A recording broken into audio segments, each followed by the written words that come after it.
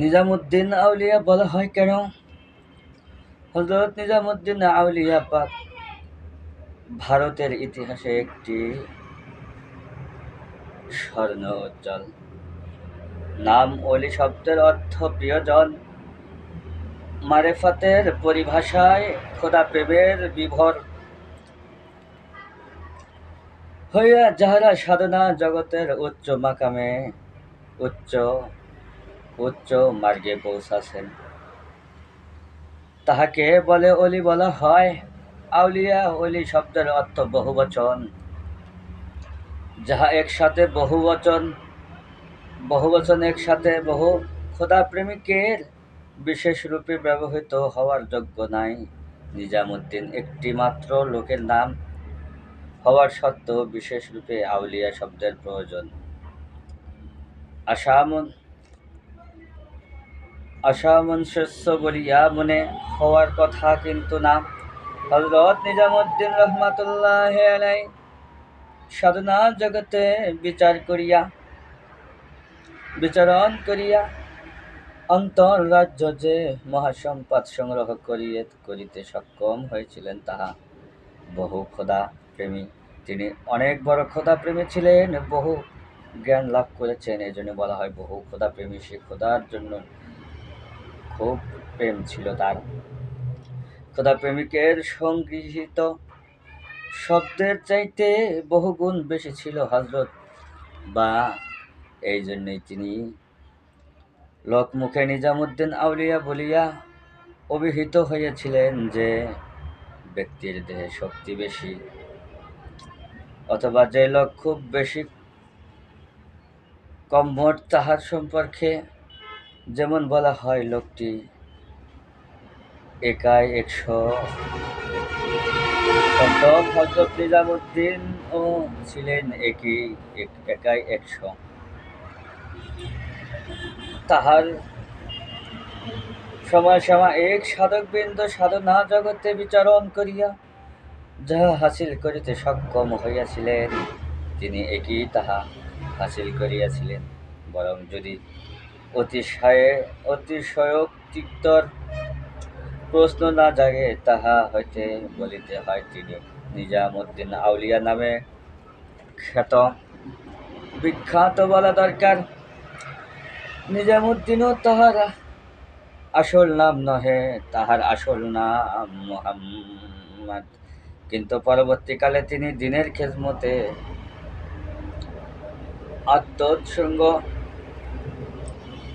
আত্মোৎসর্গ করিয়া যেভাবে উহার প্রাণ শক্তিকে সঞ্জীবিত করিয়াছিলেন, তার এই কারণে তিনি নিজামুদ্দিন নামে বিখ্যাত নামটি লাভ করিয়াছিলেন। নিজাম শব্দের অর্থ ব্যবস্থাপনা। তাহার আবির্ভাবের পূর্বে মুসলিম জগতে যেসব কুসংস্কার প্রবেশ করিয়াছিলেন, তিনি কুসংস্কার দূরিত বোধ করিয়া জনগণের কাছে উহা সত্যিকার রূপ তুলিয়া ধরেন এবং মাওলার মশাল ধারণ করিয়া উহার আলোকে তাহাদিকে সঠিক পথ প্রদর্শন করেন।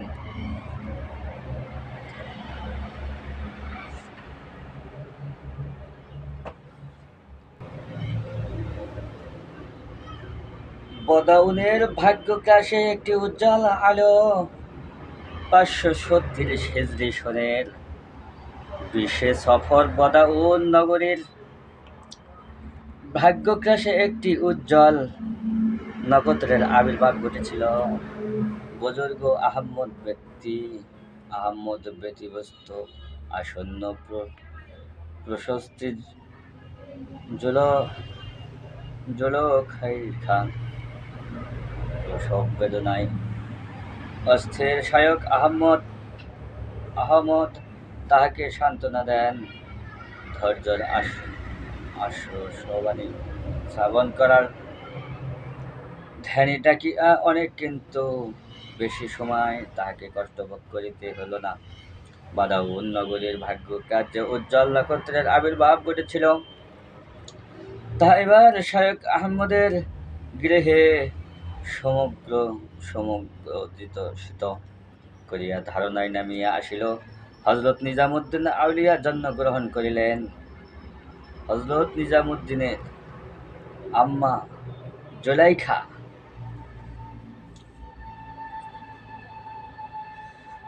জন্মগ্রহণ করিলেন। পূর্বে বলা হয়েছিল নিজামুদ্দিন তাহার আসল নাম নহে, আসল নাম মোহাম্মদ। তাহার পিতা শায়খ আহমদ একজন প্রবীণ কামেল বুজুর্গ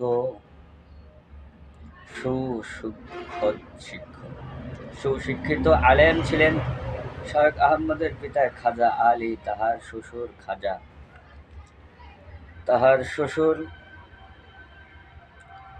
খাজা আরব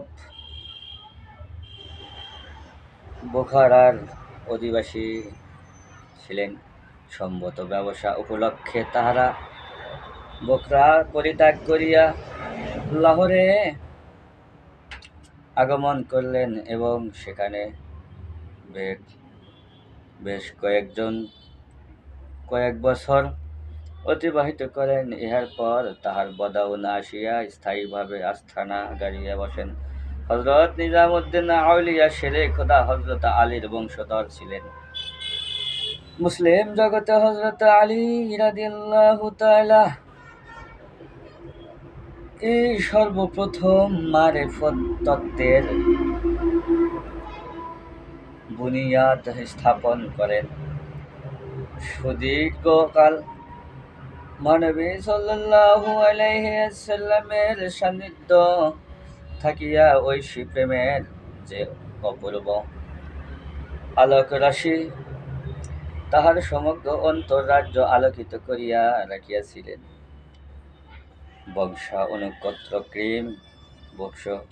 বংশানুক্রমিকভাবে ক্রমশ ভবিষ্যৎ বংশধরের মধ্যে বিস্তার লাভ করিয়াছিলেন। তাই বলা হয় যে হযরত নিজামুদ্দিন আউলিয়ার বেলায়েত প্রান্তের কোনো অভিনব ঘটনা নয়, ইহা বংশীয় রক্তধারা ফল। হযরত নিজামুদ্দিন আউলিয়ার পিতা একজন কামেল বুজুর্গ ছিলেন। শরীয়ত ও মারেফত শাস্ত্রে তিনি যথেষ্ট বৃহৎপত্তি অর্জন করিয়াছিলেন। বিশেষ আলেম ছিলেন, বিশেষ অর্জন করেছেন। শরীয়ত ও মারেফত শাস্ত্রে বিশাল বড় একজন আলেম ছিলেন, কামেল ছিলেন, সিদ্ধস্বী ছিলেন। চিন্তাশীল আলেম হিসাবে তাহার যথেষ্ট খ্যাতি ছিল।